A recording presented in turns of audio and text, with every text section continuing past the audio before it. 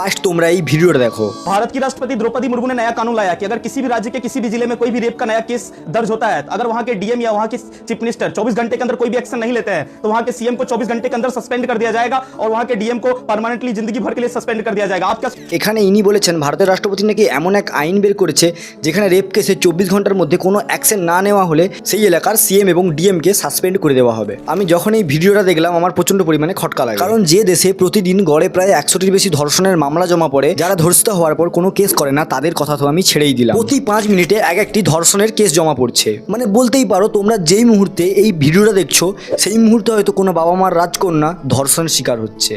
সত্যি কথা বলতে এই জিনিসগুলো বলতে আমার খুব একটা ভালো লাগছে তা কিন্তু নয়, কিন্তু এটাই বাস্তব। আর এই জিনিসগুলো তুমি তো কোনো পার্টির বক্তৃতায় শুনতে পাবে। আর এমনটাও নয় যে রেপিস্টরা সঠিক সাজা পাচ্ছে।